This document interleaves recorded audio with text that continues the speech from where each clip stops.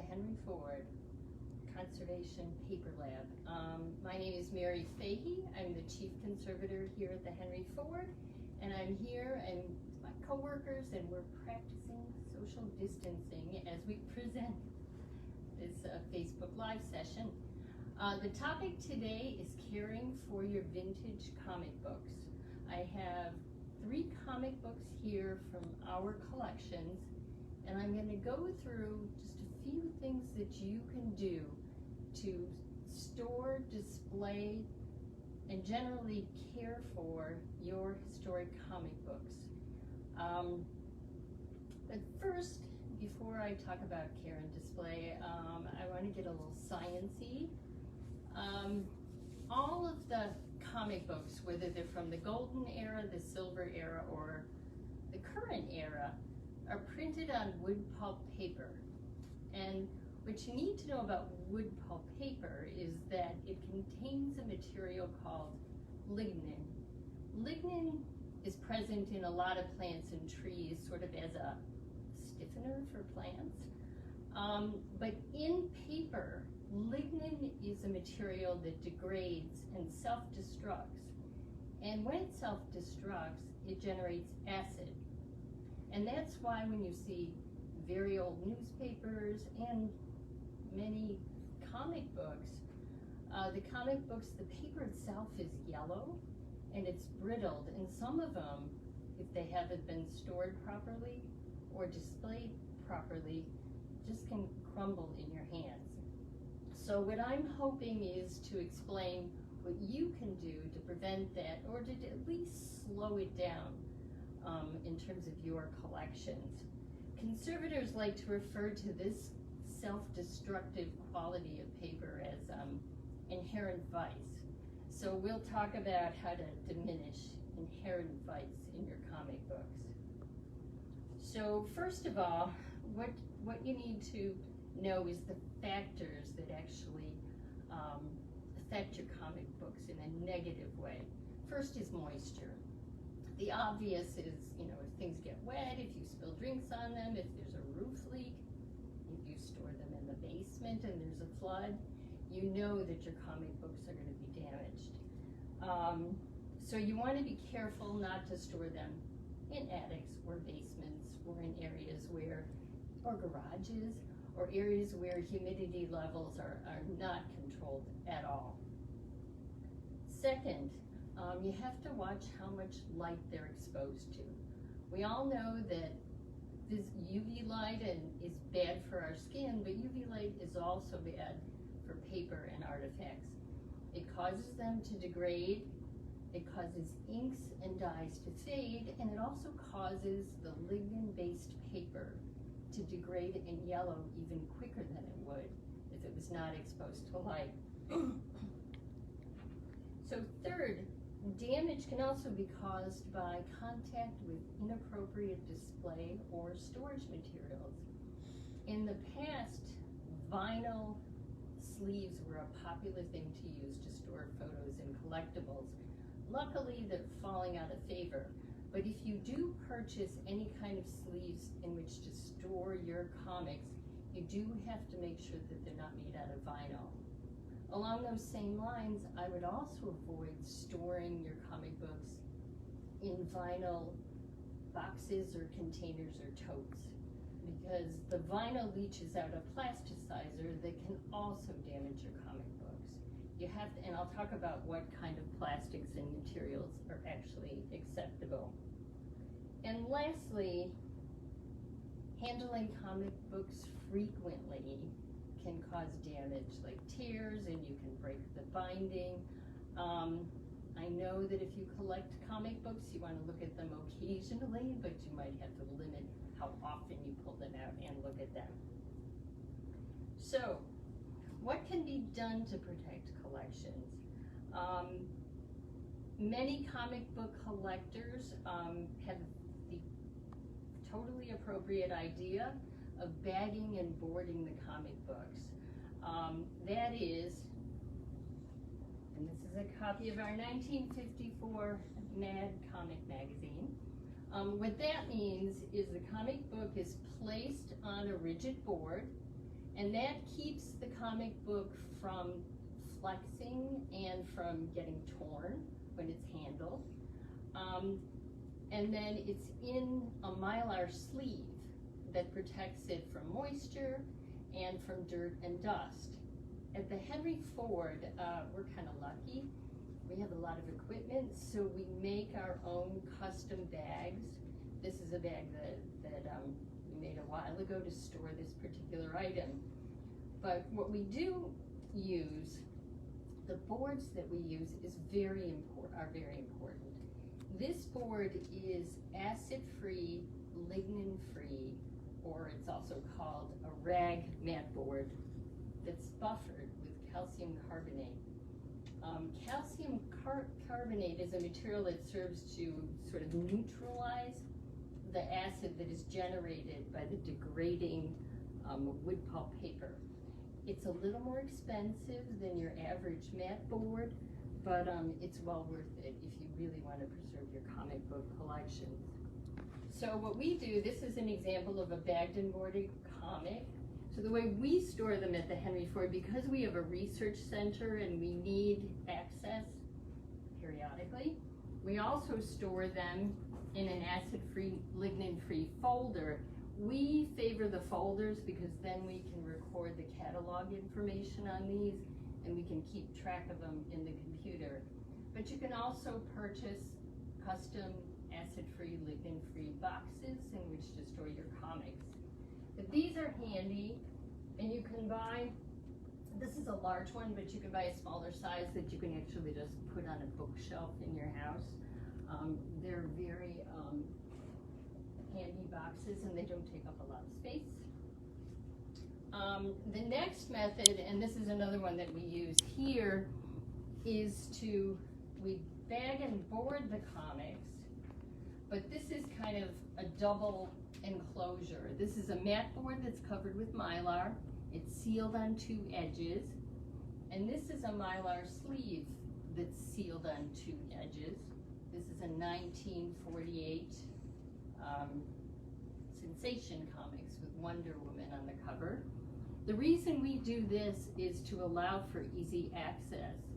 And in the library, if people are going to handle it, it's easier to pull it out of the sleeve than if it's in a tighter fitting bag. And another method I've seen this online, is comic books can be bagged, boarded, and put in binder sleeves. It's an acceptable method if you buy a archival binder, but frankly, it would not be the way that I would go, because if you think about it, when you're flipping through, I really kind of think the comics could be damaged if these binders got too full and if they were flipped through too often. But I'll leave it up to everyone's judgment to decide whether they're going to go that way or not.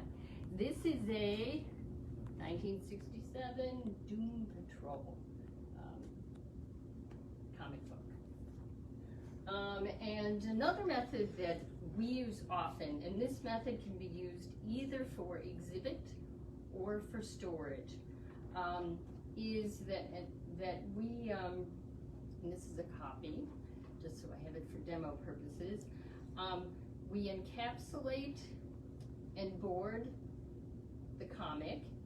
And this one is covered with mylar, but as you can see, it's got a flap, and the flap is on all four sides. I hope you can see that. And what we do is adhere it to the back of the board with double-sided tape. Then this mounted item, and there's another copy on the other side of the room, can be displayed either on a plate stand or on a slanted plexiglass stand. You can buy those at Michael's Crafts. You can also purchase them at online. I've seen a variety of different versions of different stands for comic books and books. And then the next thing I was going to talk about is framing. Another thing that you can do to display your comics is to, of course, frame them. I would recommend that if you display your comics hanging on the wall, that you kind of limit how long they're on display, because as I mentioned, light can really damage the comic books. Make sure that they are hung on a wall and they're not directly across from a window.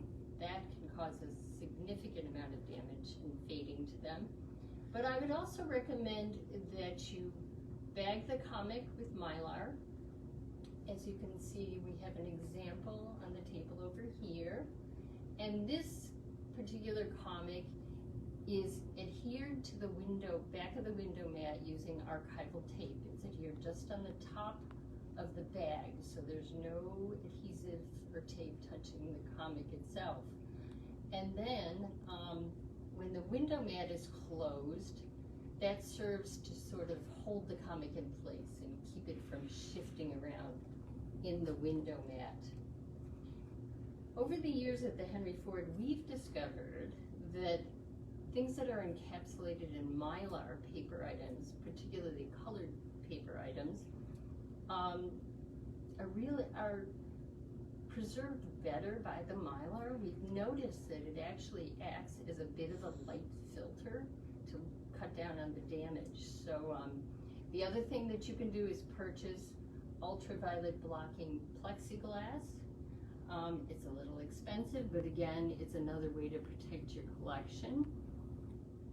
Along the same lines, if you have lighting wherever you're displaying these comics, you might want to go with LED lighting rather than incandescent or fluorescent lighting, which both contain a lot of ultraviolet light.